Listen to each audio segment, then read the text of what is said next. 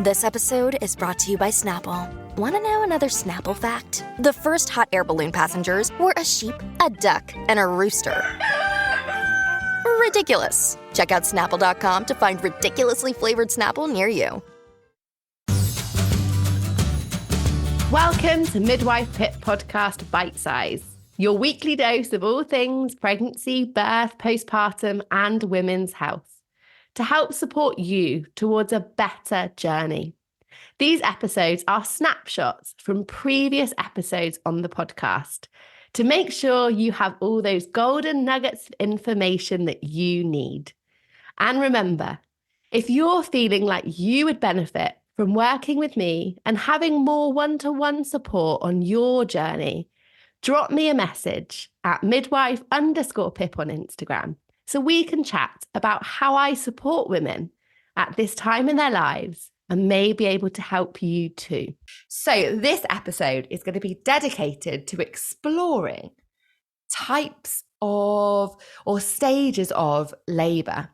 And that was a question that so many of you cropped up with. So I'm really excited to delve into it in more depth because I think it's really important when we start thinking about preparing for labour and birth that we really understand what's going on with our bodies, that we understand the physiology and the changes that are happening, because it's only by having this fundamental knowledge that we can then think about how to support those processes and therefore empower ourselves to have a more positive and hopefully more comfortable and informed experience, which if you've been listening or following me for a while, you know that is what I am all about. So I like to break labour down into kind of 4 stages, really.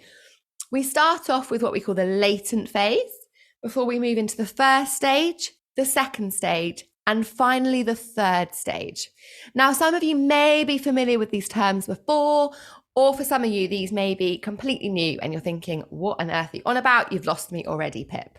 So let's start from the beginning and break it down. The latent phase of labour. This is essentially the very beginning phase where your body is preparing and warming up for labour, for the main event. And for women, this will last a really differing length of time. It can be anywhere from a few hours, maybe even a few minutes, to multiple days. And often when it is kind of a longer stage, it'll kind of stop and start. So you might find you get some contractions that are kind of irregular and you think, this is it. And then they go off. And then the next night you snuggle down in bed, ready for some sleep, and they come back again. And often when we hear people say, oh, my labour went on for days and weeks and weeks and weeks, it's this latent phase that was prolonged. And I talk in my courses about when this is longer, what we need to think about. We need to think about why is it longer and what can we do to rectify that. And sometimes this is down to the position of baby in the pelvis, and doing some work to help optimize that really makes a difference to the length of this stage. Sergeant and Mr. Smith, you're gonna love this house. Bunk beds in a closet? There's no field manual for finding the right home. But when you do, USAA Homeowners Insurance can help protect it the right way. Restrictions apply. Now, we mustn't overlook the importance of this latent phase of labour. It's a really vital stage, and it's often where your body is making massive, massive change, ready for the kind of first stage that then kicks off. Now, our cervix starts off like a tube of sweets. It's long and firm, closed and tubular. And I often do a demonstration that you may have seen on my courses or on Instagram where I use a balloon. And the cervix is essentially the neck of a balloon. If you imagine an inflated balloon, you've got that little neck bit. It's like this long tube. And during the latent phase, this cervix has to move forwards. It has to soften. It has to thin, and it has to shorten. And it does all of this before it starts to open. So often if women hear their cervix is 1 centimetre or 2 centimetres, they feel a bit disappointed. And this is where I really encourage us to look at the bigger picture. Great with 2 centimetres, that's a number. It's not amazingly helpful. But what else is happening? Is your cervix completely thin, or is it still a long sort of 2 centimetre tube? This gives us really great information as to how things are progressing. So it's not always just about numbers. Now, during this latent phase, you'll often experience some period-type pains, probably an amplified version of Braxton Hicks if you've experienced those in your pregnancy. They're usually quite short-lasting and quite irregular. They're not kind of clockwork just yet. And as I say, they may stop altogether before then coming back. It's not uncommon that at this stage, women may notice their show or their mucus plug. Now, essentially, the show is a jelly-like mucousy substance that plugs the cervix during pregnancy. And that helps to keep it closed and to prevent any ascending infection to the womb and to baby. And then as your cervix starts to make some of these softening and shortening and moving changes in the early stage, this plug essentially becomes dislodged from the cervical canal, that tube that it was plugging. And that's where you often notice it in your underwear or perhaps when you wipe yourself after going to the toilet.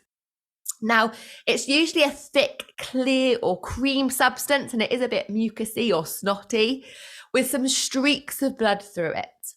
That's really classic of what a show looks like. What it shouldn't be is lots of fresh blood, and it shouldn't be offensively smelling or kind of a green colour. That may indicate an infection.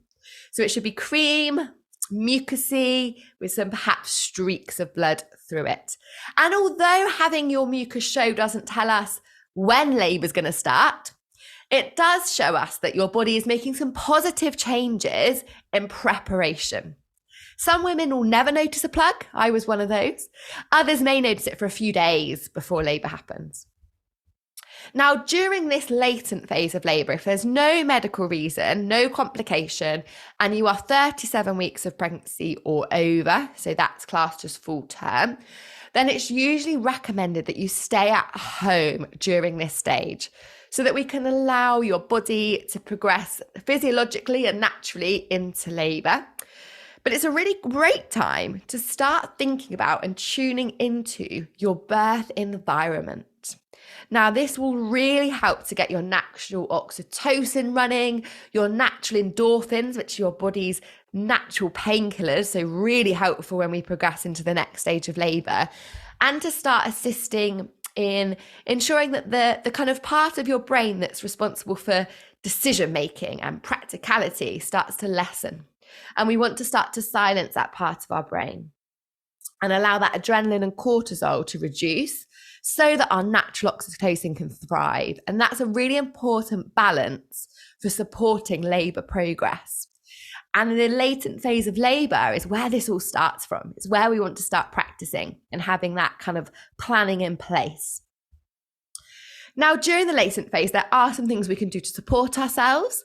And I like to use the acronym READ. So READ. R is for rest. And that's because for some women, this latent phase is a bit of a lengthy ordeal. And it can be tiring and uncomfortable and often interrupt sleep because it tends to ramp up more so at nighttime during the daytime. So if you need to, if you feel you can, have a little nap. Take some rest. That's absolutely fine. But also active rest. So this means eating, drinking, really important that we nourish and hydrate our body during this stage, especially if it is lengthy. Our uterus is a muscle. And just like every other muscle in our body, it needs fuel to work. So we don't want to be dehydrated or lacking in energy or undernourished during this latent phase. So eating and drinking is so important. E is for thinking about easing any discomfort that you may be having. Hot water bottles, warm baths, really useful. You can also take paracetamol regularly during this latent phase if you need to. And I try and mirror this to what you might do if you had period type pains.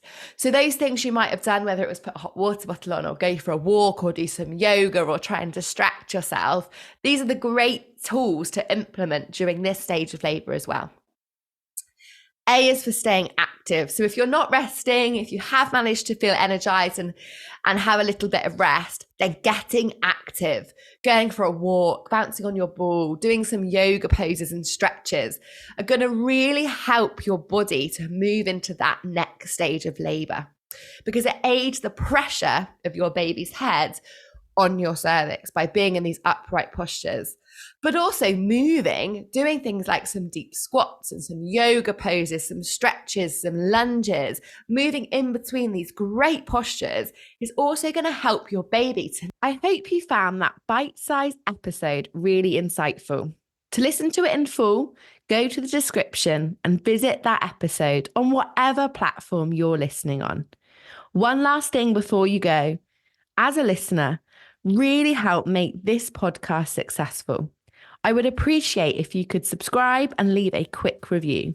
Something so little means so much to me and will help so many women's lives.